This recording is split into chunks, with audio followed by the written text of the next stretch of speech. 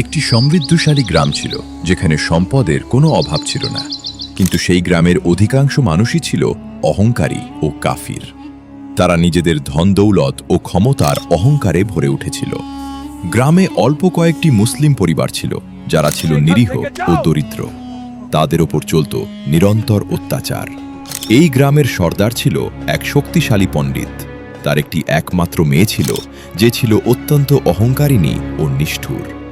সে শক্তিশালী জাদুবিদ্যায় পারদর্শী ছিল এবং তার এই জাদুর শক্তি ব্যবহার করে সে দুর্বল মুসলিমদের পশু বানিয়ে দিত, দাস বানাত।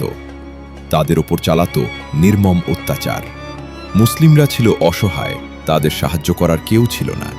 মুসলিমদের এক বুজুর্গ ব্যক্তি একদিন আল্লাহর দরবারে কাতর হয়ে প্রার্থনা করলেন, হে আল্লাহ, আমাদের এই জালিম জাদুকরি থেকে রক্ষা করুন, আমাদের জন্য একজন মসিহা পাঠিয়ে দিন।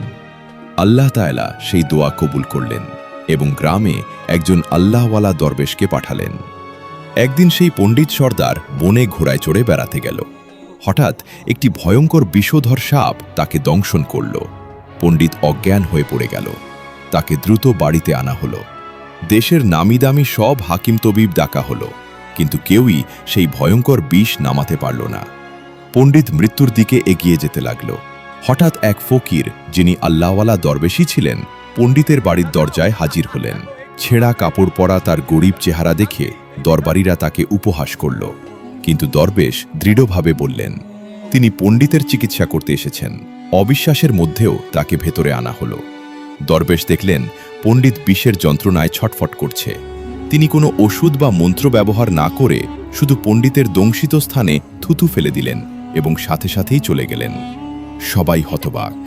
পণ্ডিতের মেয়ে রাগে ফুঁসতে লাগল, কিন্তু যখন সে সেই থুথু মুছতে গেল তখন অলৌকিক ঘটনা ঘটল। পণ্ডিতের পা থেকে বিষের নীলাভ রং দ্রুত স্মৃতে যেতে লাগল। পণ্ডিত ধীরে ধীরে জ্ঞান ফিরে পেল। সবাই বুঝতে পারল সেই ফকিরই হলেন আল্লাহর পক্ষ থেকে পাঠানো মসিহা। পণ্ডিত অনুতপ্ত হয়ে দরবেশকে খুঁজে বের করার জন্য লোক পাঠালো। তাকে জঙ্গলে ইবাদতরত অবস্থায় পাওয়া গেল। পণ্ডিত তাকে কৃতজ্ঞতা জানিয়ে প্রচুর ধন দৌলত, একটি দামি ঘোড়া এবং নিজের একমাত্র মেয়ের হাত উপহার দিতে চাইল। শর্ত একটাই, দরবেশকে তার ধর্ম ত্যাগ করে তাদের ধর্ম গ্রহণ করতে হবে। দরবেশ হেসে উত্তর দিলেন, আপনার সব সম্পদ যদি আমার ধর্ম ছাড়ার কারণ হয় তবে আমি তা গ্রহণ করব না। আমি আমার সৃষ্টিকর্তার দেওয়া ধর্মের জন্য এই ক্ষণিকের সম্পদ কখনোই বিনিময় করতে পারি না। আমি এসেছি শুধু অত্যাচারিত মানুষের সাহায্য করতে। এই কথা শুনে পণ্ডিতের মেয়ে ক্রোধে উন্মত্ত হয়ে গেল। সে চিৎকার করে বলল, তুমি আমাদের ধর্ম মানবে না? তাহলে দেখে নাও আমার জাদুর শক্তি। সে সঙ্গে সঙ্গে দরবেশকে শক্তিশালী জাদু করার চেষ্টা করল, কিন্তু আল্লাহওয়ালা দরবেশের সামনে তার জাদু ব্যর্থ হয়ে গেল। বরং দরবেশের এক দৃষ্টিতেই সেই অহংকারী জাদুকরী একটি বিশালাকার টিকটিকিতে পরিণত হয়ে গেল। টিকটিকিটি দরবেশের দিকে এগিয়ে আসতে চেষ্টা করতেই দরবেশ তার দিকে থুথু নিক্ষেপ করলেন। সেটি যেন অগ্নিস্ফুলিঙ্গের মতো কাজ করল এবং টিকটিকিটির মুখ জ্বলে উঠল। পণ্ডিত ভয়ে কাঁপতে লাগল। তিনি দরবেশের পায়ে লুটিয়ে পড়ে ক্ষমা চাইলেন।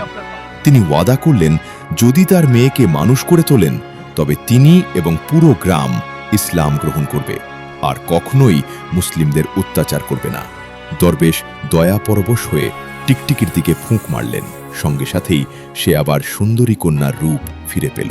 এবার সে আর অহংকারী বা নিষ্ঠুর ছিল না। সেও তার বাবা সবার সামনে ইসলাম গ্রহণ করল। এরপর দরবেশের সঙ্গেই পণ্ডিতের মেয়ের বিয়ে হয়। সেই দিন থেকে গ্রামে শান্তি ফিরে এলো।